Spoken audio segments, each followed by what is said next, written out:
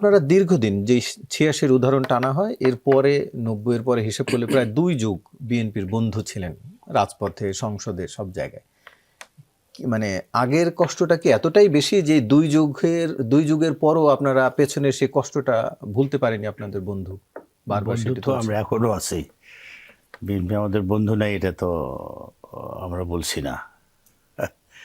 বিরোধী দল হিসেবে ভূমিকা পালন করতে গেলে তো সেভাবেই কথা বলতে হবে, সেভাবেই আচরণ করতে হবে। যে বিষয়টা হয়তো আমির জামাত, কিন্তু সেই কথাই কি আওয়ামী লীগের সুর? যেমন কিছুক্ষণ আগে তিনি বলছিলেন যে আওয়ামী লীগ যে সুরে কথা বলতো একই সুরে জামাত। যে প্রসঙ্গে যেটা নিয়ে আমরা প্রথম অধিবেশনে ওয়াকআউটও করেছি, সেটা হলো সংস্কার প্রশ্ন। যে ইস্যুটা নিয়ে কথাটা এসছে সেটা হলো যে এখন সংবিধান সংশোধন কমিটি করতে চায় একটা, যেখানে নাম চেয়েছে বিরোধী দলের কাছ থেকে। তো বিরোধী দল তো এই কমিটির পক্ষে না। সংবিধান সংস্কার কমিশনের, যেটা বিগত সময় জুলাই আন্দোলনের সময় যে ইস্যুটা প্রধান ইস্যু ছিল, যে দেশে সুশাসন কায়েম করার জন্য আমাদের কিছু সংস্কার প্রয়োজন আছে। সংবিধান সংস্কার করলে সেখানে যে সাংবিধানিক সংস্থাগুলো আছে, নির্বাচন কমিশন, বিচার বিভাগ থেকে শুরু করে দুর্নীতি দমন কমিশন বা এই সংস্থাগুলো গঠন কিভাবে হবে সেগুলো নিয়ে সুপারিশ ছিল।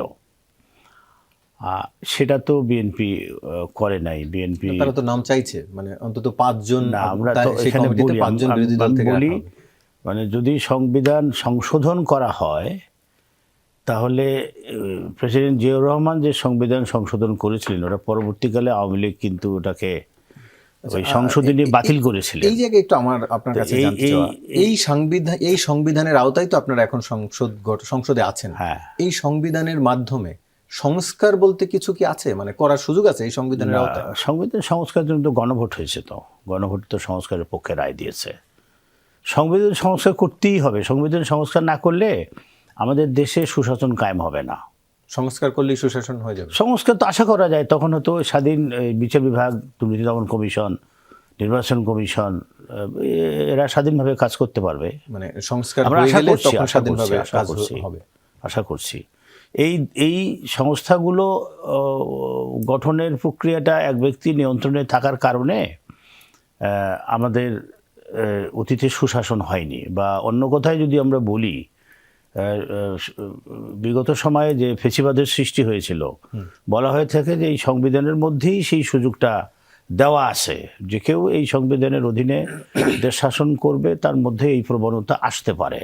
আমার হাতে যখন সুযোগ আছে আমার পছন্দের লোক বসানোর, আমার পছন্দের লোক আমি বসাবো। আমার পছন্দের লোক যখন বসবে তখন তিনি আবার আমাকে খুশি রাখার জন্য চেষ্টা করবেন। কিন্তু এই সংস্কারে বিরোধিতা করছে না, তারা বলছে সংস্কার করবে। আমরা তো এখনো বলি সংস্কার কমিশন গঠন করুক। না, আমরা তো এখনো বলি সংস্কার কমিটি গঠন করুক। এই সংশোধন করলে এটা তো আবার কোর্টে যা পরবর্তীকালে এটাকে বাতিল করে দেবে এই সংশোধনী। এখন সংবিধান সংশোধন করবে, তো এই সংশোধনী হায়ার কোর্টে যা বাতিল হয়ে যাবে। যেটা প্রেসিডেন্ট জিয়াউর রহমান যে সংশোধনী করছিলেন, তার ওই সময়ের কার্যকালে যে দিয়েছিলেন আর কি বলে এটাকে, বৈধতা দেওয়া হয়েছিল, সেটা তো পরবর্তীকালে আওয়ামী লীগ সেটা বাতিল করেছিল সম্ভবত পঞ্চদশ সংশোধনীর মাধ্যমে। এবং সংবিধানে চিরন্তন বলতে কিছু আছে কিনা, মানে কখনোই পরিবর্তন করা যাবে না এরকম কোনো বিধান? না, পরিবর্তন তো করা যাবে, জনগণ পরিবর্তন করবে। আচ্ছা, জনগণ করবে। গণভোটের অতীতের নজির আছে, তো গণভোট হয়েছে আমাদের দেশে, গণভোট হয়েছে, গণভোটের মাধ্যমে জনগণের মতামত নিয়ে, সেটাই তো।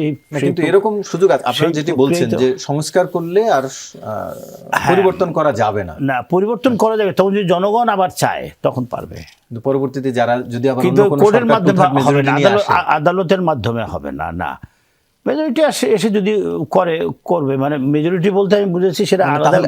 গণভোট করতে হবে, গণভোট লাগবে। আমরা চাচ্ছি সংবিধান আমাদের এই জুলাই যে সংস্কার কমিশনের যে রিপোর্টগুলো আছে সেগুলো বাস্তবায়ন করা। জি, কিন্তু আবার বিএনপিও বলছে তারা জুলাই সনদের সবগুলোই বাস্তবায়ন পালন করবে। হ্যাঁ, তারা জুলাই সনদে যেখানে তারা ঐক্যমত হয়েছে সেগুলো তারা দেখতে হবে কিভাবে করে তারা।